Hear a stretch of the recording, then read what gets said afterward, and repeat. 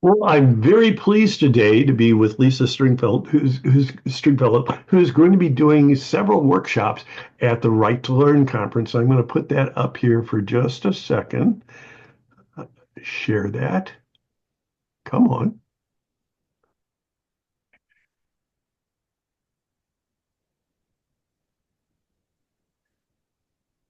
So the Right to Learn conference is going to be February 20th to 21st in Columbia.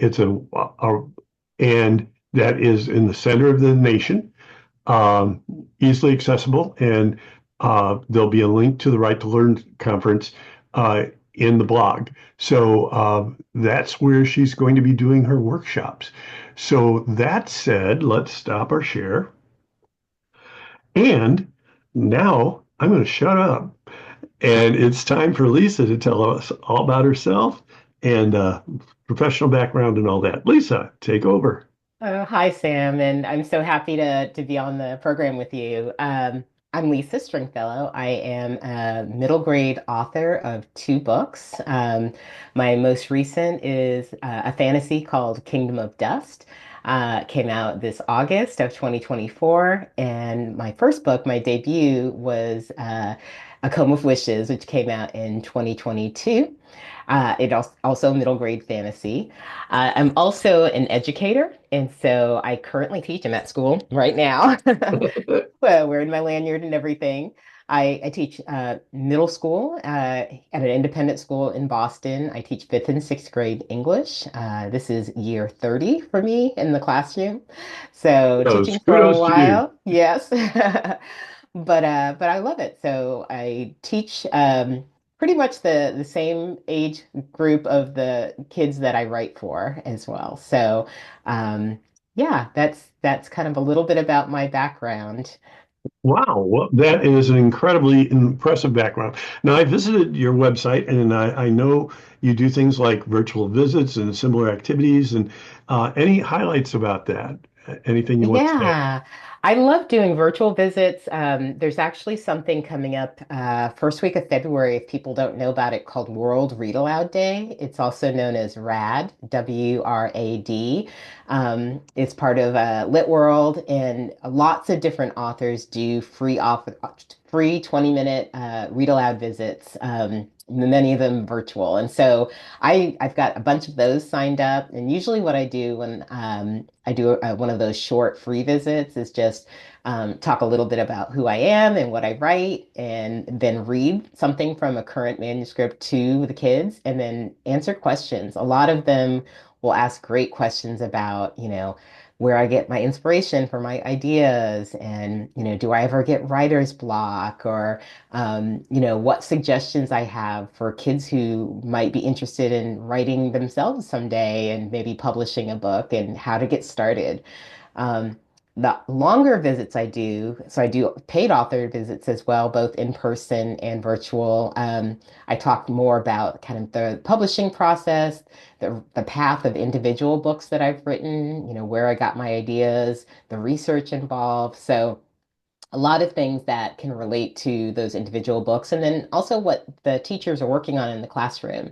The most recent visit I did, the students were writing and researching mythology, and so I talked about the connections to mythology in the books that I write. So it really is kind of a combination of like what it's like to be an author and the writing process and publishing, as well as like what students are learning in their classrooms as well.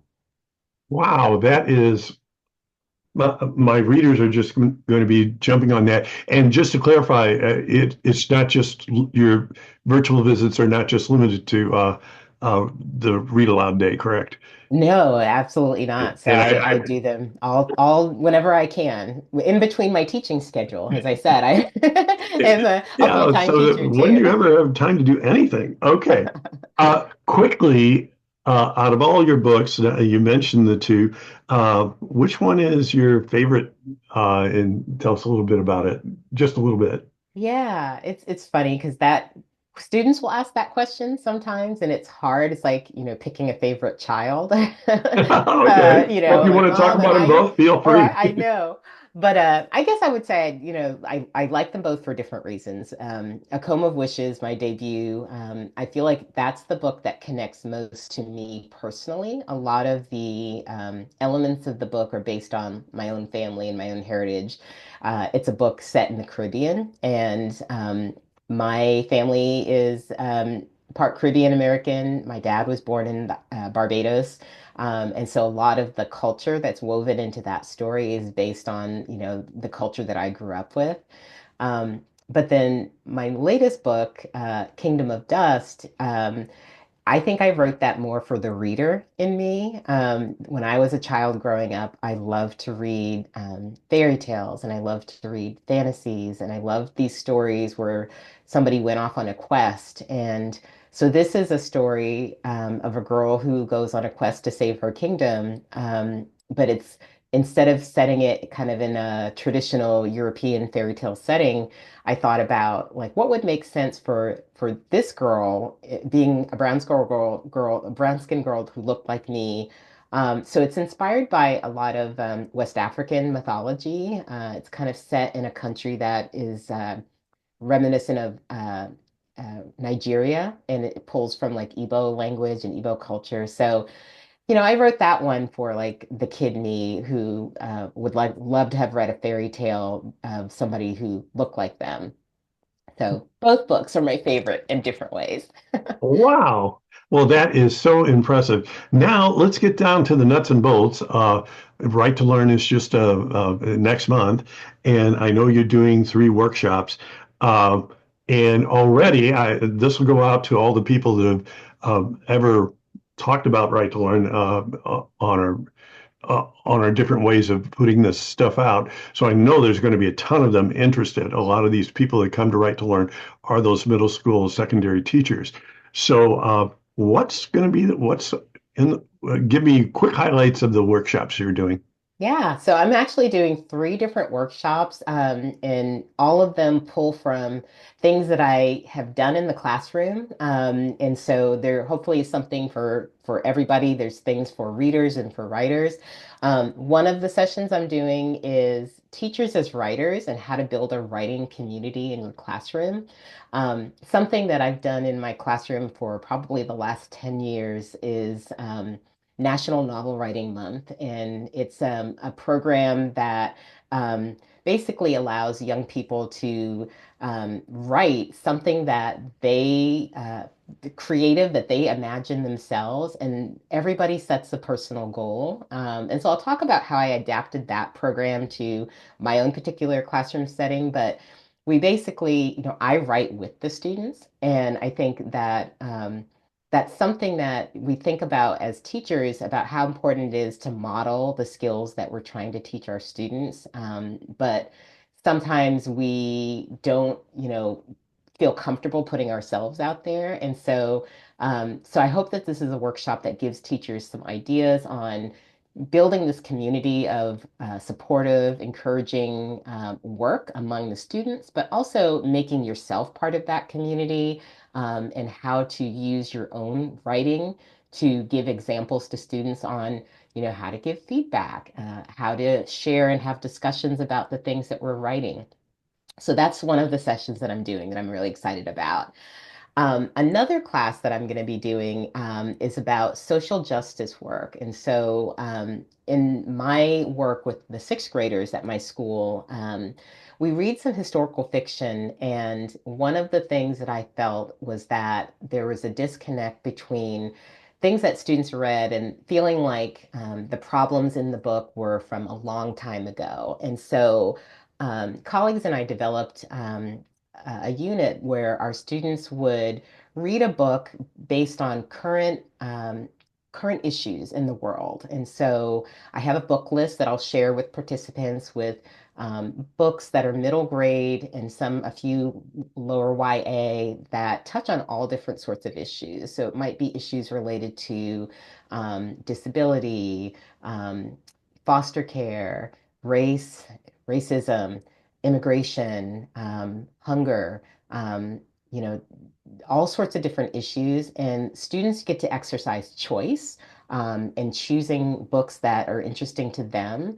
And then by analyzing the how social justice, the theme works through their book, coming up with something that they care about, and creating an advocacy project based on that. And so, again, just another way of like how we can bring some of these important themes into our classroom, and also allow students choice and giving them a voice to read and write and to take action on things that matter to them in their own world.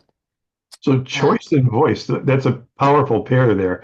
Okay, and is there one more? Yes, there is. So the last one is going to be about novels in verse. And so I called it Read Like a Writer, Engaging Readers and Writers Through Verse Novels. And so, again, I think I'm very big on trying to give students choice. And so this is, you know, going to also give another book list of some wonderful novels in verse, particularly trying to highlight some by authors that maybe some teachers haven't been introduced to yet. So, not authors of color, authors from other marginalized backgrounds, but using the novels in verse to teach students about the different forms of poetry, and the language of poetry, and giving them opportunities to write. And so, I think novels in verse are wonderful because they are such compressed examples of like beautiful, wonderful, skillful language that we can work into our classes, and then also give students opportunity to show, just like how deep their thinking is through these forms. So yeah, so that'll be the last session is how to use novels and verse in your classroom and teaching students how to read and express themselves using a lot of poetic strategies. Wow.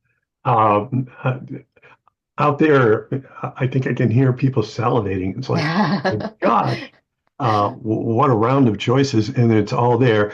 I'm going to throw one more thing up here, if I can do this share properly.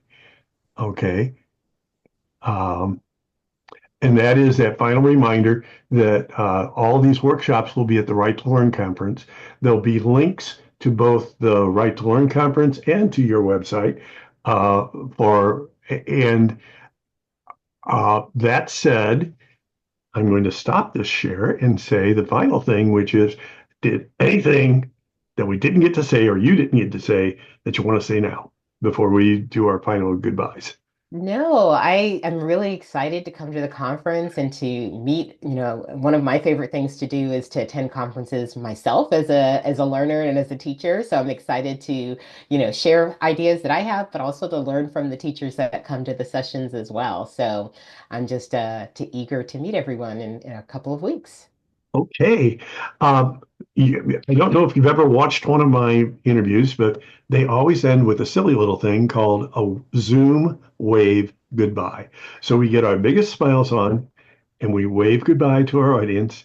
And thank you so much for doing this. And here we go.